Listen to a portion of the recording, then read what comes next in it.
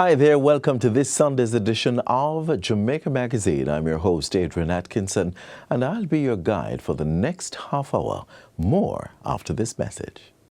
Are you confident that you are the legal owner of your property? Take action to secure your property ownership. Get a registered certificate of title and become the legal owner of your property. To register your property and obtain a certificate of title, you will need to provide a tax registration number (TRN), a valid government-issued identification, a survey diagram, documentation to prove ownership, up-to-date property tax certificate, the names, addresses, and occupations of 2 neighbors over the age of 50 who are not family members and can give a declaration on your behalf. Proof that you have been in open, undisturbed, and undisputed possession of the property for 12 years or more.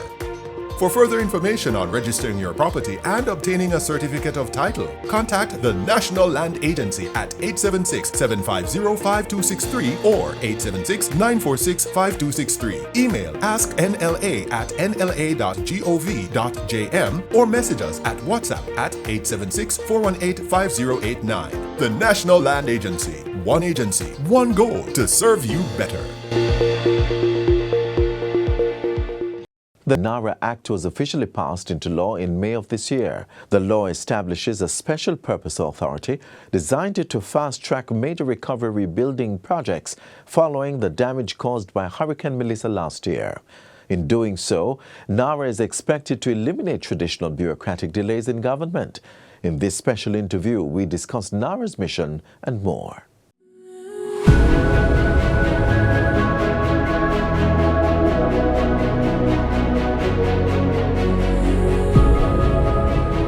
The 2026 hurricane season officially started on June 1, and so did the new CEO of NARA, that's the National Reconstruction and Resilience Authority, which will be managing Jamaica's post-Hurricane Melissa recovery.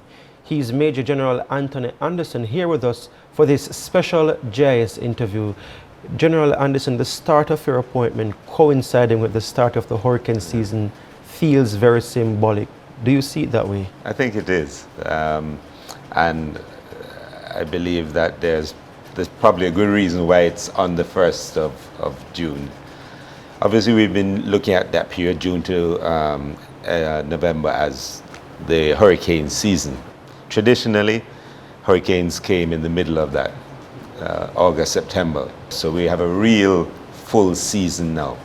And that's, it's concerning because it's now much more expanded than it was, even though we've always said that's the hurricane season. Yeah. But as I say, my appointment this day, although I'm not going to be doing ODPEM's work, I'll be doing pretty much the large reconstruction and resilience projects for the government. And of course, in that process, building a lot of knowledge transfer and capacity building in it. Hurricane Melissa had a devastating impact on Jamaica, even if people weren't directly affected. Seeing how so many people were impacted, does that affect how you do your job? Not really. I mean, I just focus and get things done. Perhaps it's my background that causes that.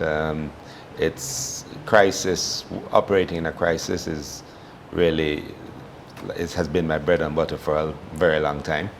And so once it happens, you can't get too emotionally involved with it, because you need to be very functionally involved with it to ensure the best outcomes.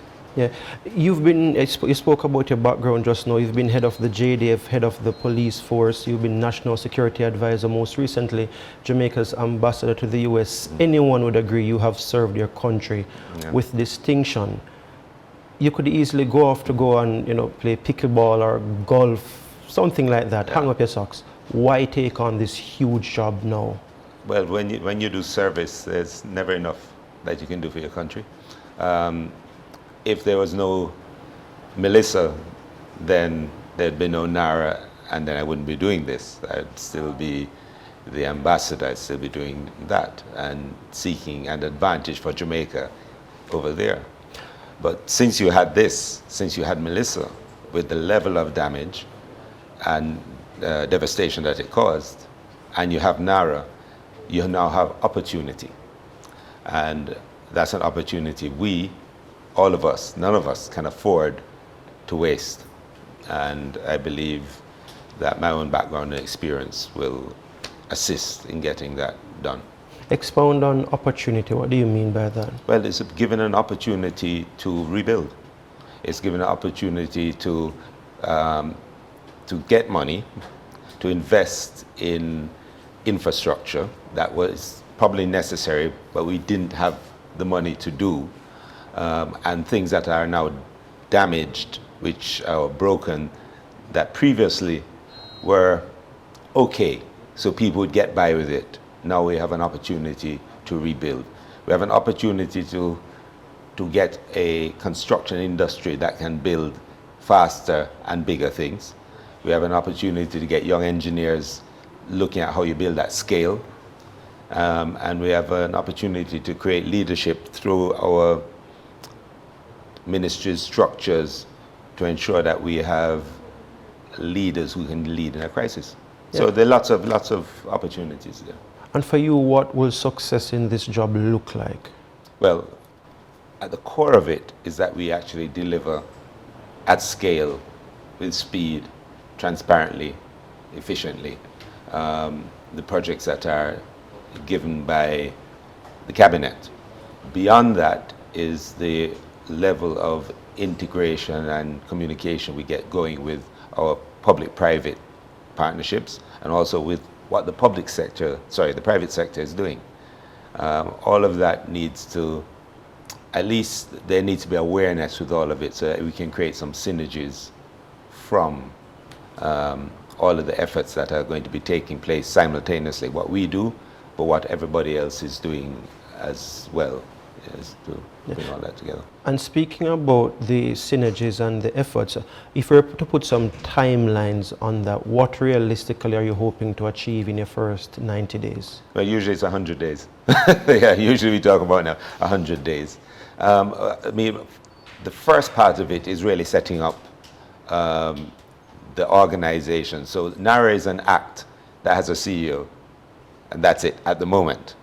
So very rapidly, we're going to have to build out the organization, and also get the systems in place that can properly manage in a automated and effective way, manage the program of projects and the projects themselves with the necessary tools to be able to report on things, so that the discussions around transparency, discussions around what's going on, ideally those will disappear because it will be automated and it's a part of your systems. And so what do you hope to achieve by the end of this year?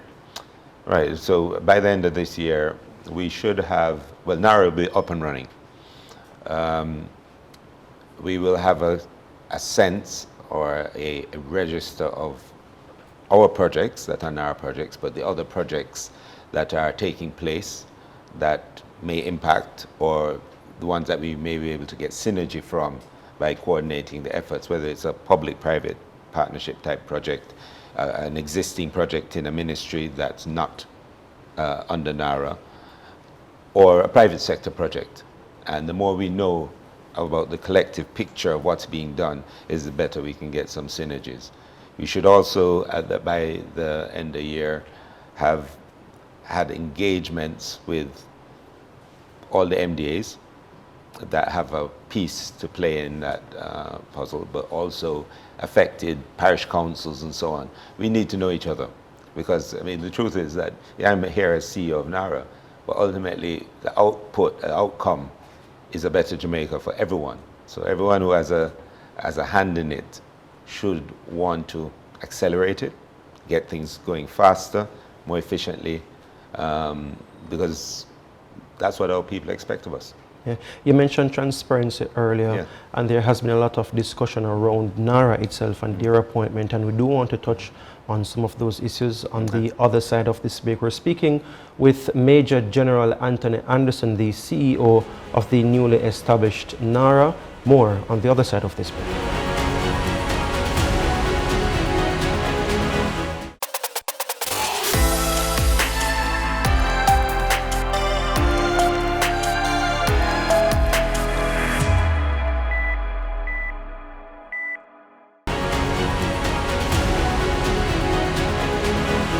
Welcome back to this special JIS interview. We're speaking with the CEO of NARA, Major General Anthony Anderson.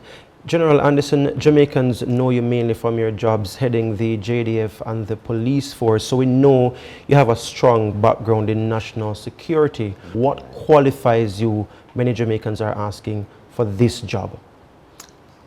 Right. So one is that the job of CEO is a CEO job. That's the first thing. That if you're going to run something large and complex, it suits you to have done that before. Beyond that, of course, I mean, I was, during the 2000s, for a portion of that, I ran the engineer regiment of the JDF and responded to 2 hurricanes, Gustav and Ivan, as the head of the engineering part of the force. I also worked with, as in that job. As a matter of fact, between small and large projects, I had like 250 of them running at the same time, construction projects of different scales. I worked with NHT on the inner city housing projects, built bases, and did many things like that. So I have a relatively strong background in construction, from working on a site as a teenager. Speak to us about that. Well, back in the day, when I was at UTech, I did electrical engineering, but I also needed to make some money, so I worked construction supervision, initially construction supervision in like the summers and so on. I do that to make money so that you can fund yourself through school. Yeah. You mentioned managing over 250 construction projects while you were of different size. You have little ones, like small ones to large projects. How would you describe your leadership style, managing all of that, then coming straight up through the ranks? Well, you have systems. You have to put systems in place once you're doing large things or anything that's complex, or many things at the same time. You have to have systems. You have to select and get good people, and then empower them and guide them. So you empower them, you build them, and you're almost building your own redundancy. So you make sure that you have people around you who know what you know and can do what you do. So that's always part of it. If you're in a crisis, I become very directive about what needs to happen. I just get it done. Outside of that, I'm collaborative. Yeah. Speaking about getting very directive, leading the JDF and the police force may be very different from leading a public-facing entity, a public sector agency like the NARA. Will you have to change how you lead to accommodate that? No, I've never had to use a lot of force to lead. People, I generally share what I'm thinking. Share my vision for whatever I'm doing, but share also why it's important, why it matters, and why your work matters. And when you're leading organizations or anything, you really, you sink or swim together. I mean, you rise, rising tide raises all boats. And it's important that I've found it beneficial where the person who's considered at the lowest levels understand what's going on. I don't think there's anyone in a process who needs to be removed or doesn't need to know. So I default towards getting people to know, except for the things that need to be unknown. Okay. If you see what I'm saying. I do. Yes. There have been questions about whether you applied for this job and went through the process like everyone else, or whether you were handpicked for this position. Can you respond to that? Well, I applied based on the requirements that was published in the newspaper, I believe it was, and online.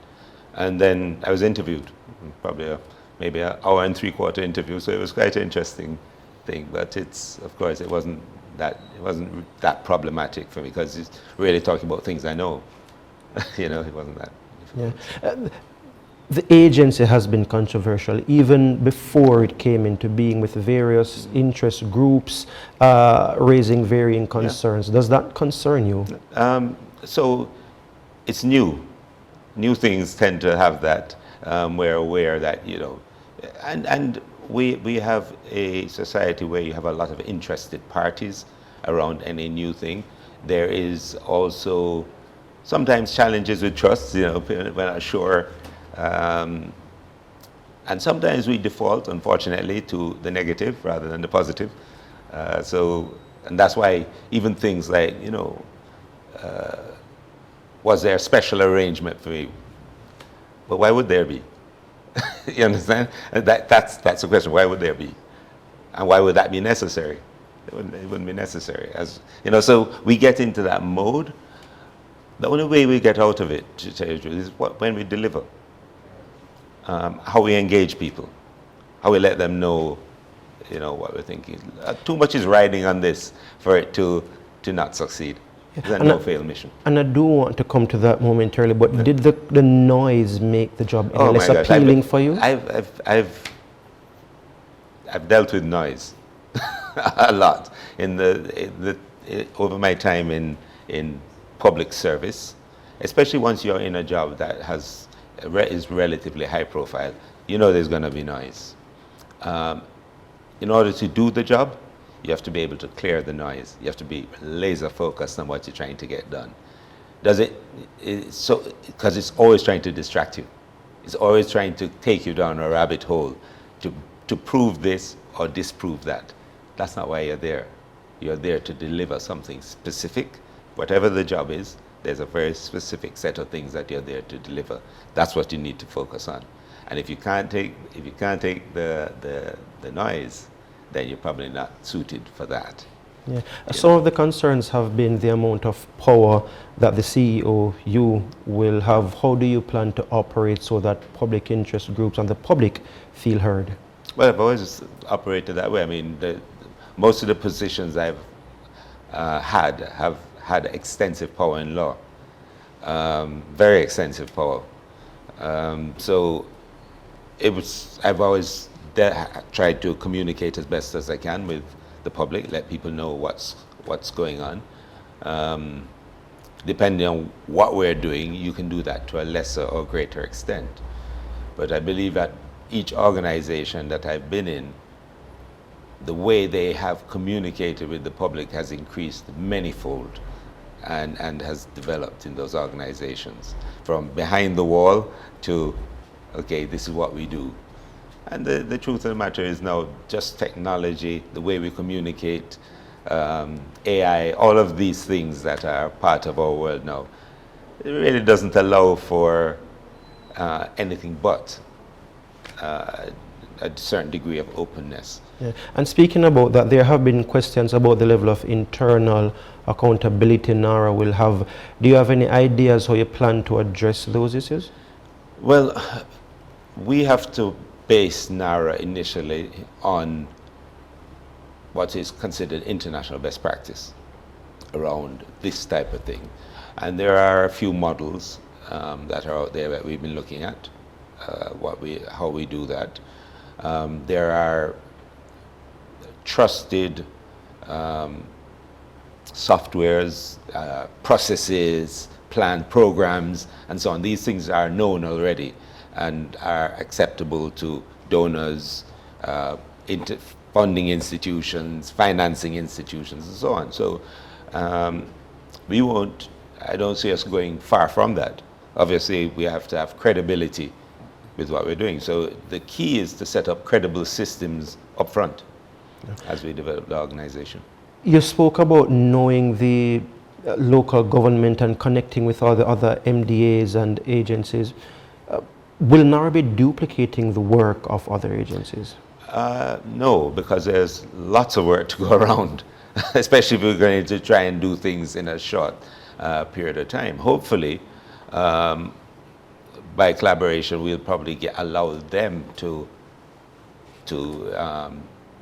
unstick some blocks they may have or whatever, or have the discussion. In the end, we want a better system, not just for NARA, because NARA is time-bound, but for the government, for the system, the civil service, public service. Yeah, you may have just answered my final question, but at the end of the day, when your job is done, what do you want Jamaicans to be saying about NARA? That it made a significant and lasting and legacy difference to how we do business in Jamaica and to our landscape, our development trajectory, and our growth. Yeah. A lasting difference. That's the word from the incoming CEO of NARA, Major General Anthony Anderson, who just spoke to us here for this special JIS interview. Major General Anthony Anderson, thank you so much for your time. You're welcome. I appreciate it. Yeah. And thank you for tuning in.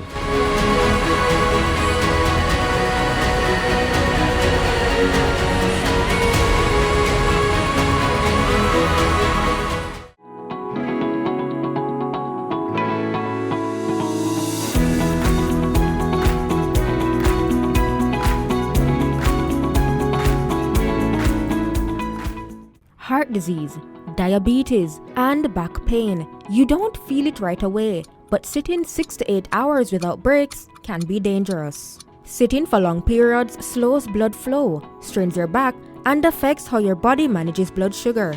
Start your day with a stretch. Take regular short breaks away from your desk, and do simple stretches at your desk for your neck, shoulders, and hips.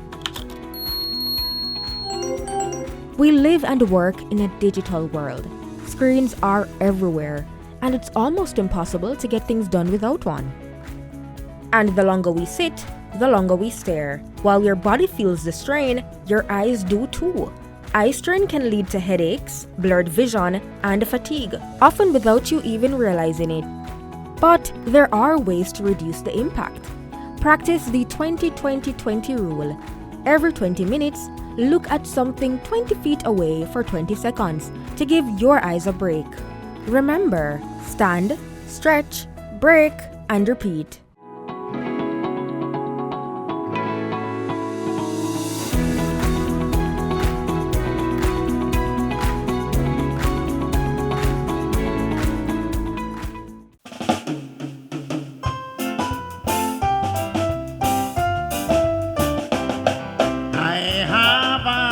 Story to tell you.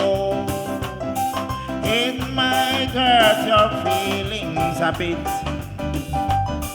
Last night as I walk in my bathroom, I stepped in a big pile of shaving cream. Be nice and clean, shave every day and you'll always be clean.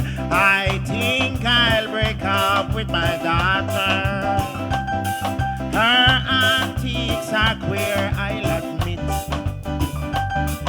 Each time I say, darling, I love you, she tells me that I'm full of shaving cream. Be nice and clean, shave every day and you'll always be clean. Now every country say them have nice woman, but some not so nice, you must understand. Well, Jamaican woman a sugar and salt, and I man will tell you about them all. Jamaican woman a sugar and salt, some of them are general and we make you ball. Jamaican woman a sugar and salt, some of them are general and we make you ball. St. Andrew woman no make them fun, leave them man alone and them will make you run. St. Thomas woman is very kind, as you with your eye, them broke a line. Portland woman can sport for true, treat them good and them will die for you. Jamaican woman a sugar and salt, some of them are general and we make you bad. Jamaican woman a sugar and salt, some of them are general and we make you bad. St. Mary woman them nice alright, but them love them man and them quick for fight. St. Anna woman them have a good ways, but if you trouble them and them will give you 9 years. Trelawney woman is a serious lot, and when you need a friend them always one spot. Jamaican woman a sugar and salt, some of them are general and we make you bad. Jamaican woman a sugar and salt, some of them are general and we make you bad. Now this one is for all the ladies.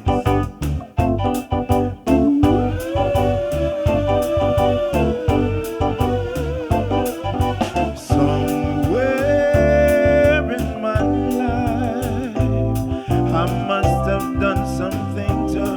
some love. They are asking for my lady, they are asking for my baby. Please, I'm asking for love. Somewhere in my youth, I must have done something to earn some love.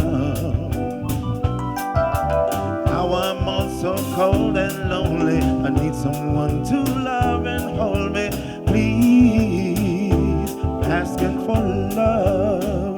Na na na na na, na na na na na, na na na na na na. Lots of things I wish would go my way, but love is what I really need today.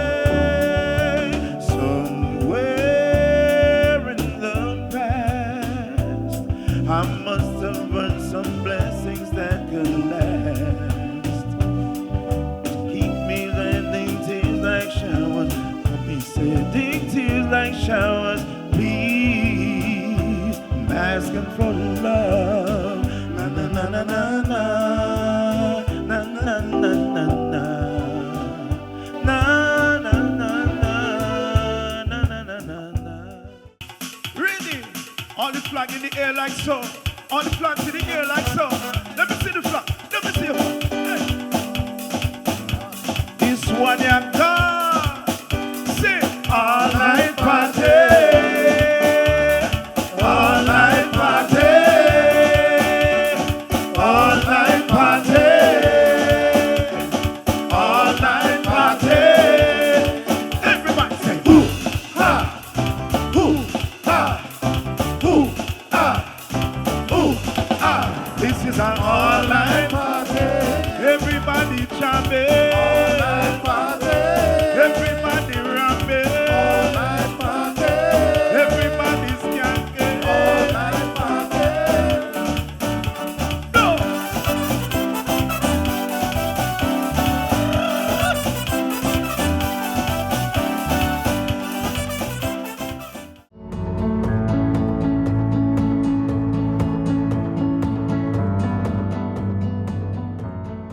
Stress, the state of worry or some form of mental tension caused by a difficult situation. This 6-letter word has caused chaos in so many lives and is possibly the cause of others losing their lives. If Hans Selye is to be believed, it's not stress that kills us, it's our reaction to it. It's important to understand that difficulty is a part of life. This is not unique to any one person. So talk to someone if you need to. Cry if you have to. Take a step back, breathe, relax, and start again. And trust in the Lord with all your heart and lean not to your own understanding. In all your ways acknowledge Him, and He shall direct your path. That's it for this week's Sunday Afternoon Detox. See you next time. We've come to the end of today's show. I do hope that you've enjoyed this package. To catch a repeat of this or any other, feel free to log on to our website at jis.gov.jm.